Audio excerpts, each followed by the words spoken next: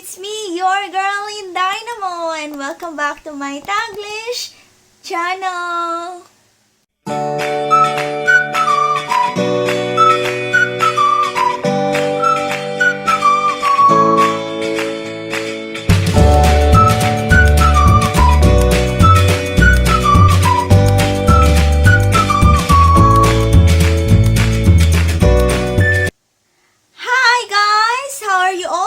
Side of the universe. So guys, today's video, Jack and I will review the product of my latest toy, which is the DJI OM4.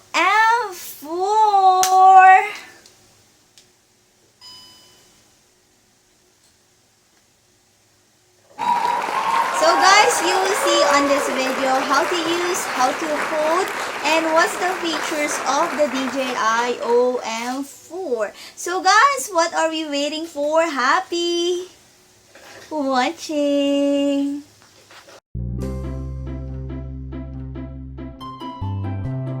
Once you have attached your phone, all you need to do is open the DJI Mimo app and turn on the OM4. Here you can see that although I move my hand left and right, the camera stays in the same position, meaning we will get some quality video. Using this device can be done through the DJI Mimo app, as well as using the thumbstick to control the camera movements. Here you can see I am able to pat and tilt the camera without needing to move my arm or body, and if I do move my arm, the camera will reset itself back to the center position. There are other buttons on the OM4 that lock the camera pointing at a specific direction, switch between camera and video, flip the camera around, and much more. To see why you might need the DJI OM4, we are going to compare the footage of that versus hand holding the camera. Now, although having both of your hands on the camera can help with reducing the rotation and shaking of the camera, your arms are still attached to your body, so any jolting movements from walking and short turns will be picked up in the footage. Now we are going to try walking with a selfie stick, which is a common way people tend to take their videos as well as their photos. Similar to the hand holding the camera, selfie stick will pick up and amplify any vertical movements and jolting actions from you walking. Also, you need to keep your eyes on the phone, which can hinder your walking ability.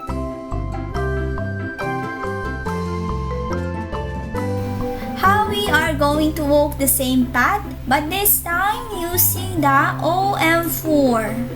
Using the OM4 here for the first time, it was able to take out the shaky of the hand and any side-to-side movements. The results can be improved by walking more smoothly, which is often described as the ninja walk, and not touching the joystick controls.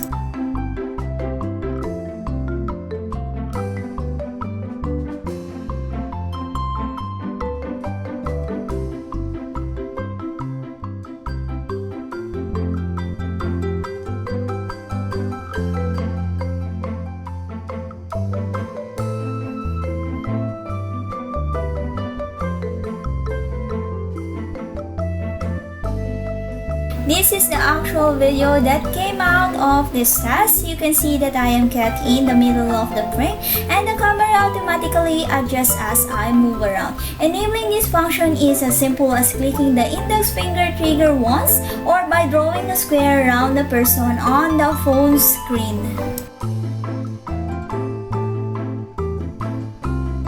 The Clone Me panel function allows you to insert yourself 3 times in a single image by creating one epic panorama from several photos, posing so you can get to the next frame and strike a pose.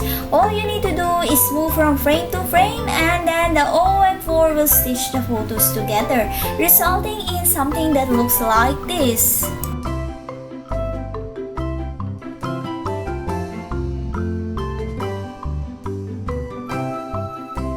Dynamic zoom is a function that creates what is known as the Hitchcock effect. Essentially, it freezes the foreground in place and adjusts the zoom of the background elements.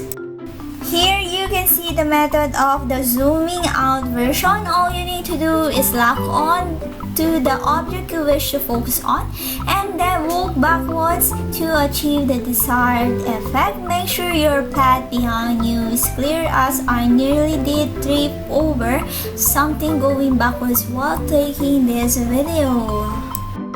Here is the zooming in effect. The same effect as the previous video, but this time the background is getting larger.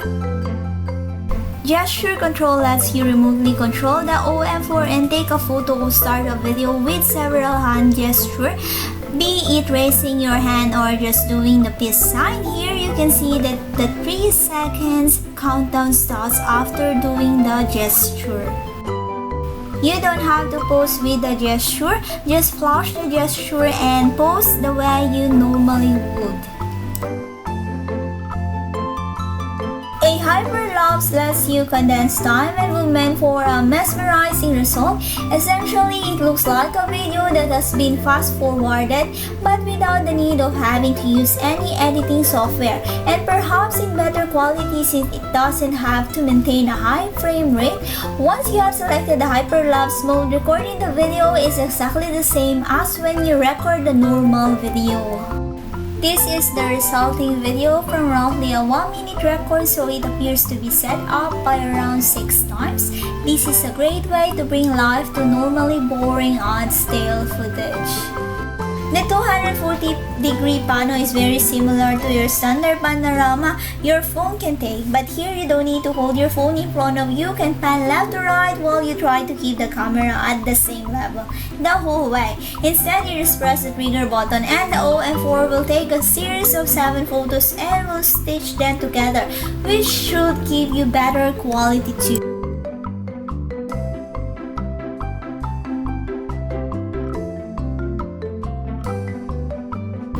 Similar to the 240-degree pano, the 3x3 pano takes 9 photos in a grid format that are automatically combined to create a super wide-angle shot without the need of having a wide-angle lens.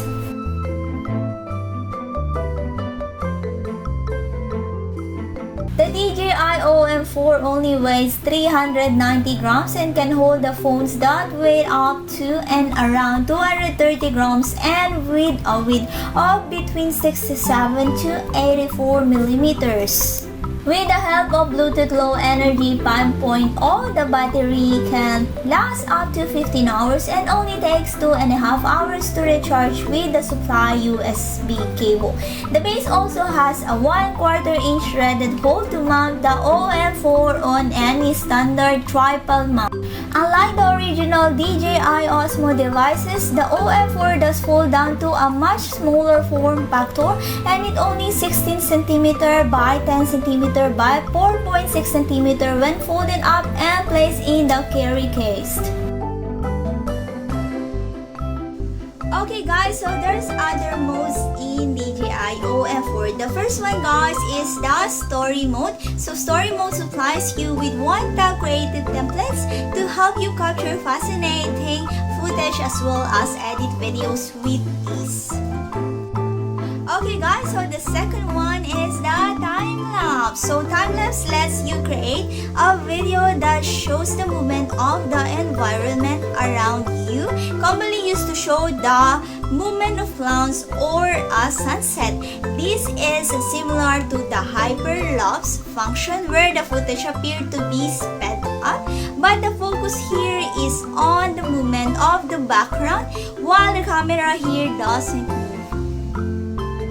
The third one guys is the motion lapse. Lets you add flair to your footage and is essentially just a moving time lapse, which the camera slowly panning across while capturing the movement of the background. Okay guys, so we are on the fourth now guys. So the fourth one is the spin shot mode. Lets you rotate your smartphone for an impressive shooting effect, rotating the camera 360 degrees vertically like the footage is upside down and then back to normal. Okay guys, so we are on on the fifth, guys. So there is also a slow motion mode which allows you to capture video at less than 4 times and 8 times the normal rate. So that's it, guys, my product review of the DJI OM4 smartphone gimbal, plus the unique videos, camera features, and other modes, plus the specifications of the gimbal. So guys, I hope you learned something today about the product, and I will update you in the next few weeks because I'm gonna use this on my upcoming holidays. So that's the end of our review for today, guys. Please like if you did enjoy my video today, and please do subscribe if you haven't yet, and don't forget to hit the bell button for you to notify on my next video, guys.